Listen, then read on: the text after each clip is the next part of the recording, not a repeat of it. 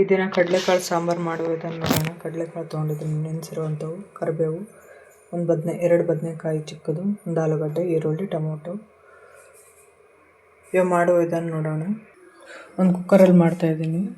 ಇದಕ್ಕೆ ಸ್ವಲ್ಪ ಎಣ್ಣೆ ಕಾಯಲಿಕ್ಕೆ ಹಾಕ್ತೀನಿ.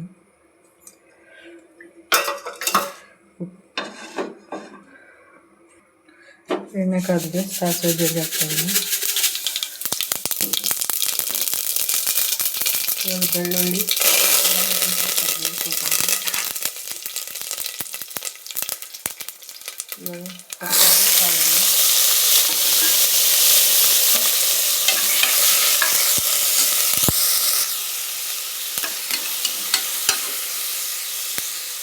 ಇದು ಒಂದು 5 ನಿಮಿಷ ಬೇಯಲಿ. ಅಷ್ಟೆಲ್ಲ ಮಸಾಲೆ ರುಬ್ಬೋಣ. ಮಸಾಲೆ ರುಬ್ಕೊಳ್ಳೋಕ್ಕೆ ಒಂದು ಟೊಮೊಟೊ, ಈರುಳ್ಳಿ, ಒಂದು 2ರಿಂದ 3 ಲವಂಗ, ಚಕ್ಕೆ, ಕಾಯಿ, ಕೊತ್ತಂಬರಿ ಸೊಪ್ಪು ತೊಗೊಂಡಿದ್ದೀನಿ. ಇದನ್ನು ಮಿಕ್ಸಿಗೆ ಹಾಕ್ತೀನಿ. ರುಚಿ ತಕ್ಕಷ್ಟು ಉಪ್ಪು ಹಾಕ್ತಾಯಿದ್ದೀನಿ ಎಲ್ಲ ಇದಕ್ಕೆ. ಅರಿಶಿನ, ಖಾರ 1 ಟೇಬಲ್ ಸ್ಪೂನ್ ಹಾಕ್ತಾಯಿದ್ದೀನಿ. ಒಂದು ಸ್ವಲ್ಪ ಬೆಲ್ಲ, ಮನೆಯಲ್ಲೇ ಮಾಡಿರುವಂಥ ಸಾಂಬಾರು ಪುಡಿ. ಇವಾಗ ಇದಿಷ್ಟು ಮಿಕ್ಸಿಗೆ ಹಾಕೋಣ. ಇದ್ರಾಗ ನುಣ್ಣಗೆ ಪೇಸ್ಟ್ ಮಾಡಿ.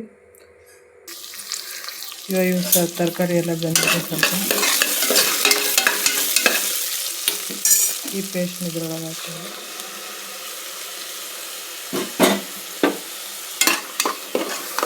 ಈಗ ಸ್ವಲ್ಪ ಹಸಿ ಬಾಸಿ ಹೋಗೋವರೆಗೂ ಹುರ್ಕೋಬೇಕು.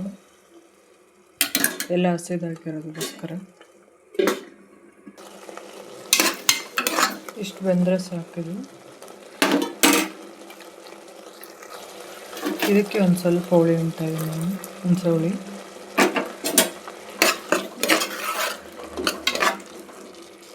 ಟೇಸ್ಟ್ ತುಂಬ ಚೆನ್ನಾಗಿರುತ್ತೆ. ಇವಾಗ ಸ್ವಲ್ಪ ಸಾಂಬಾರು ಯಾವುದಕ್ಕೆ ಬೇಕಾಗುತ್ತೆ ಅಷ್ಟು ನೀರು ಹಾಕೊಂಡ್ರೆ ಸಾಕು.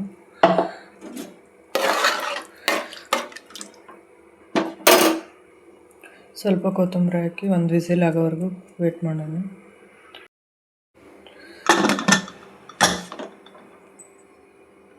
ಎರಡು ವಿಸಿಲ್ ಬರಲಿ.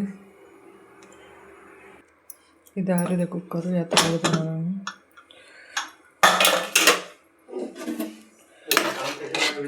ಬಿಸಿ ಬಿಸಿ ಕಡಲೆಕಾಯಿ sambar ready. Thank you.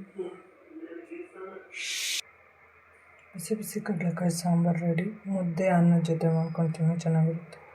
Thank you.